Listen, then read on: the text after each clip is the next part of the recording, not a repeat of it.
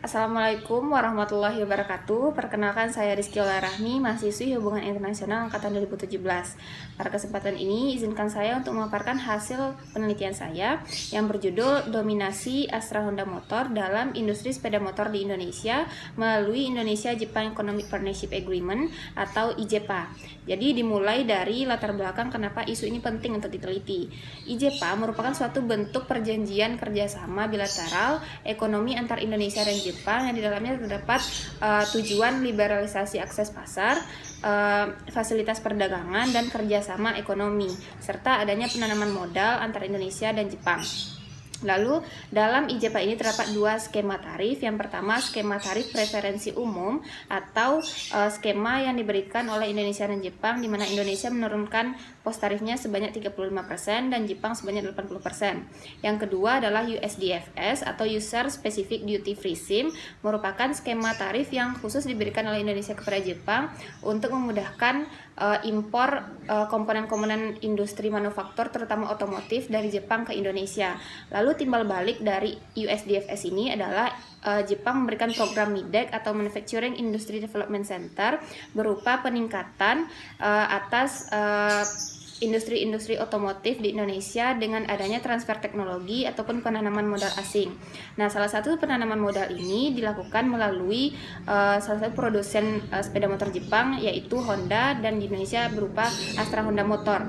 Nah, ternyata dalam MIDEC ini anomalinya harusnya ketika MIDEC ini telah diterapkan di Indonesia, harusnya adanya peningkatan atas industri otomotif lokal, sehingga nanti akan ada keseimbangan antara produk lokal atau produk asing. Namun pada kenyataannya Astra Honda Motor sebagai satu representatif produk dari Jepang itu mendapatkan dominasi yang berlebih di Indonesia, yang membuat industri lokal itu tidak mengalami peningkatan, bahkan tidak masuk di dalam asosiasi industri otomotif di Indonesia. Nah, lalu MIDEC ini juga dinilai tidak memberikan dampak yang signifikan kepada Indonesia. Lalu di bagian pertanyaan penelitian dalam penelitian ini adalah bagaimana dominasi Astra Honda Motor di Indonesia melalui kerangka kerjasama Indonesia-Jepang Economic Partnership Agreement. Untuk tujuan tujuan dari penelitian ini untuk mengetahui bagaimana dominasi dari Astra Honda Motor terhadap industri otomotif sepeda motor di Indonesia dengan kaitannya bersama korporat asing melalui Indonesia-Jepang Economic Partnership Agreement. Dan untuk manfaatnya, penelitian ini dimanfaatkan sebagai pertama media pengaplikasian ilmu hubungan internasional, dan yang kedua untuk memberikan manfaat bagi penulis atas pengetahuan-pengetahuan terutama untuk menyikapi isu-isu internasional terutama ekonomi politik. Lalu dalam penelitian ini penulis menggunakan beberapa 5 studi pustaka yang bisa dilihat di layar. Kemudian kerangka konseptual menggunakan teori corporate dominant theory oleh William Domhoff, Joshua Murray, dan Megan Jordan. Dalam konsep ini terdapat 3 indikator. Yang pertama adanya company power elite atau suatu kekuatan yang dimiliki oleh perusahaan untuk mempengaruhi elit politik sehingga akan terjadi interdependensi antara pemerintah dengan perusahaan. Lalu yang kedua ada uncontrolled power, yaitu kekuatan yang dimiliki oleh perusahaan untuk bisa memonopoli atau memenangkan dominasi atas suatu pasar. Dan yang ketiga adalah different resource atau suatu keunggulan atas suatu produk perusahaan tersebut sehingga bisa mendapatkan hati konsumen. Selanjutnya pada metodologi penelitian, pendekatan dari penelitian ini menggunakan pendekatan kualitatif dengan jenis penelitian eksplanatif. Lalu batasan penelitian ini dibataskan dari tahun 2015 sampai 2018 karena pada tahun itu dominasi dari Astra Honda Motor itu sangat meningkat pesat. Lalu unit analisisnya dalam penelitian ini adalah Astra Honda Motor dengan menggunakan unit eksplanasi yaitu IJPA, dan tingkat analisisnya adalah regional, dalam hal ini interstate. Teknik analisis datanya adalah menggunakan konsep dan indikator-indikatornya sebagai alat bedah untuk meneliti penelitian ini, dan teknik pengumpulan datanya menggunakan studi kepustakaan atau secondary data. Dalam sistematika penulisan itu yang pertama membahas bab 1 membahas pendahuluan, bab 2 membahas bagaimana kerjasama Indonesia Jepang dalam IJEPA, bab 3 membahas Astra Honda Motor dalam industri sepeda motor atau industri otomotif di Indonesia, yang bab 4 adalah dominasi Astra Honda Motor dalam sektor industri otomotif Indonesia menggunakan indikator dari konsep sebelumnya, dan bab 5 berupa kesimpulan dan saran. Selanjutnya kita berpindah kepada bab 2, di mana bab 2 membahas mengenai kerjasama Indonesia-Jepang dalam IJEPA. Yang pertama kita membahas dari hubungan bilateral Indonesia sebelum adanya IJEPA.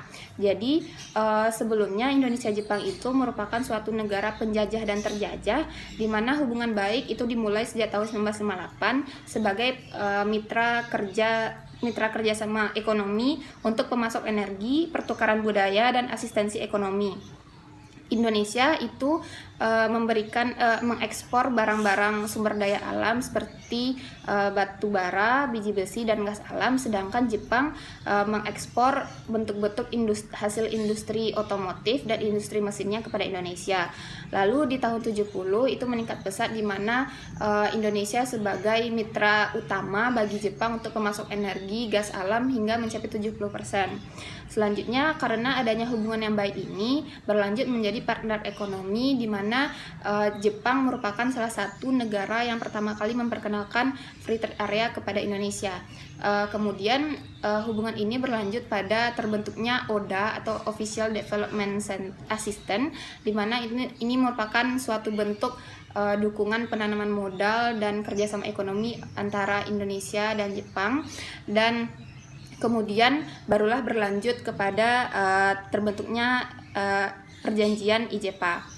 Nah, IJEPA itu disepakati di tahun 2007 dan mulai diimplementasikan di 2008 di Indonesia.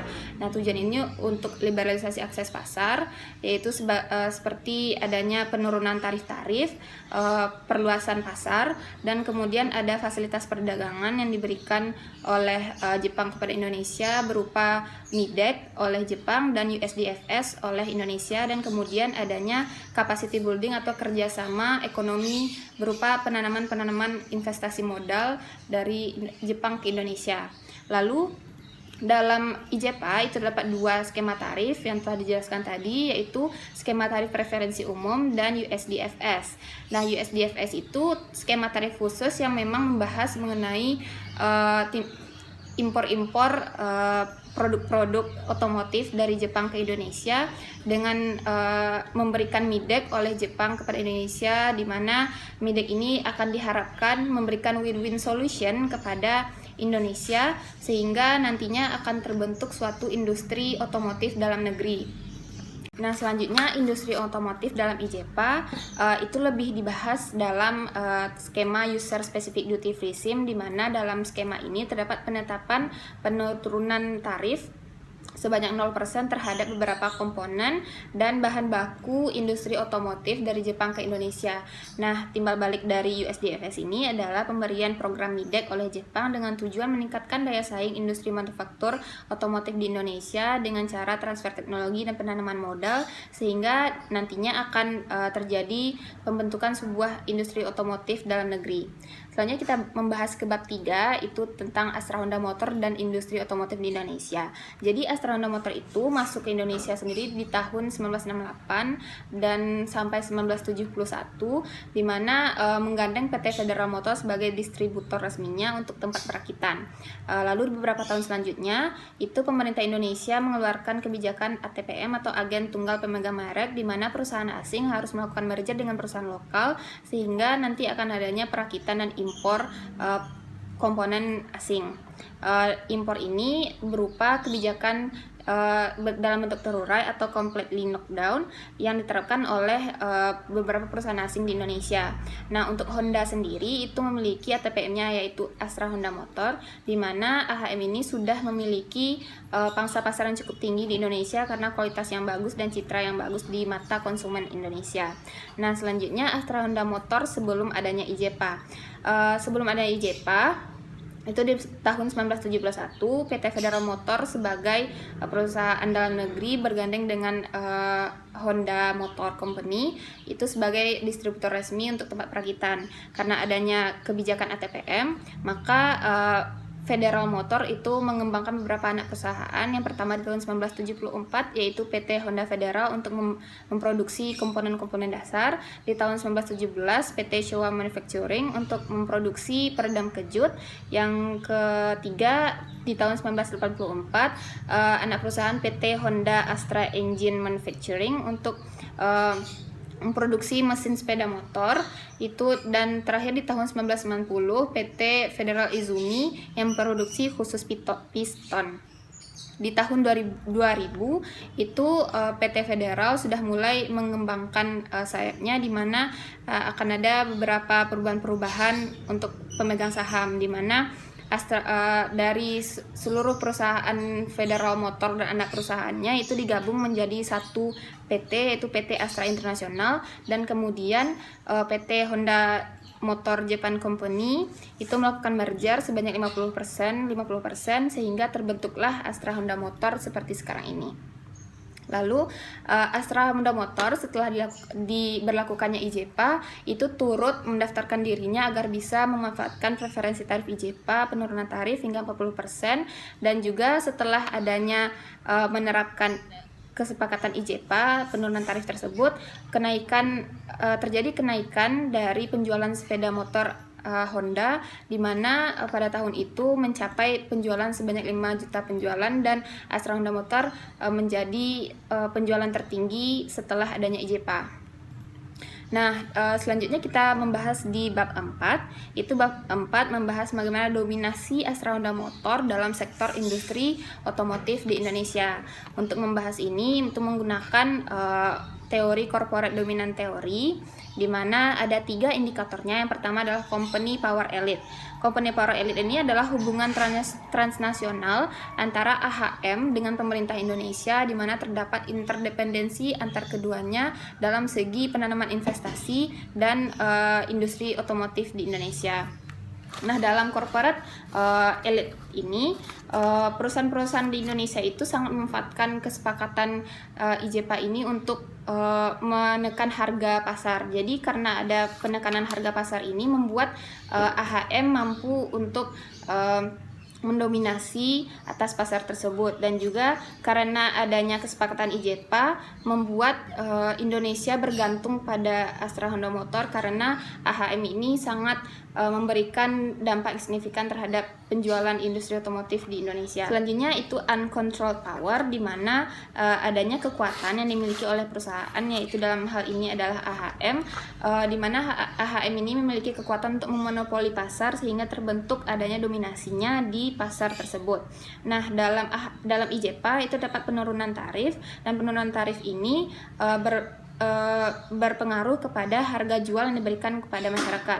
Nah, penurunan harga jual ini merupakan suatu kekuatan yang dimiliki oleh AHM untuk mengatur standar harga dan menjadi nilai tambah bagi AHM untuk mendapatkan pangsa pasar. Dan juga terlihat dari dominasi Astra Honda Motor di tahun 2014 sampai 2018 itu dominasinya mencapai 75% dari seluruh pangsa pasar otomotif di Indonesia. Dan setelah itu membahas pada different resource atau keunggulan yang dimiliki AHM untuk menggait dominasi tersebut. Jadi Astra Honda Motor itu di Indonesia memiliki citra yang baik, di mana memiliki kualitas yang bagus dengan harga yang terjangkau, di mana keduanya sepadan dan mendapatkan pangsa pasar yang cukup signifikan. Selanjutnya itu membahas bagaimana pengaruh IJPA bagi otomotif di Indonesia. Jadi setelah IJPA diterapkan, ternyata program MIDEK itu tidak berjalan sesuai dengan perjanjian yang semestinya, di mana perjanjian sebelumnya adalah transfer teknologi, di mana transfer teknologi tidak berjalan dengan baik. Lalu adanya penanaman investasi sehingga nanti ada industri lokal, di mana industri lokal juga tidak timbul karena adanya dominasi atas produk Jepang, yaitu Astra Honda Motor. Dan adanya dominasi ini diakibatkan karena Jepang itu tidak terlalu memberikan transfer teknologi. Juga bagi ekspor keluar, ekspor ke Jepang itu tidak berjalan dengan baik, di mana Jepang itu memiliki kebijakan standarisasi yang cukup tinggi yang membuat ekspor Indonesia itu tidak mengalami peningkatan. Lalu pengaruh IJPA bagi Astra Honda Motor itu sendiri bagi Astra Honda Motor mendapat keuntungan di mana terdapat kemudahan atas penurunan biaya masuk yang berpengaruh terhadap penjualan harga nantinya. Lalu kesepakatan IJPA juga menekan biaya produk dari Astra Honda Motor, dan sehingga penekanan ini membuat Astra Honda Motor memiliki kekuatan untuk mendominasi pasar di Indonesia, sehingga total ekspor Jepang itu meningkat dan impornya menurun. Gimana kita ketahui jika ekspor meningkat maka tingkat ekonomi juga akan meningkat.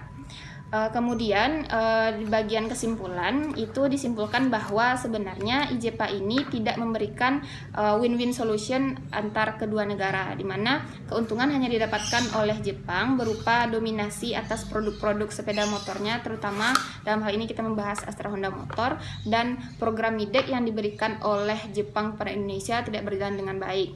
Lalu saran dari penulis adalah untuk penulisan selanjutnya untuk lebih membahas dari sudut pandang lainnya, apakah dari sektor-sektor lainnya, dan juga membahas dengan menggunakan beberapa konsep-konsep terbaru. Mungkin sekian dari saya. Terima kasih. Assalamualaikum warahmatullahi wabarakatuh.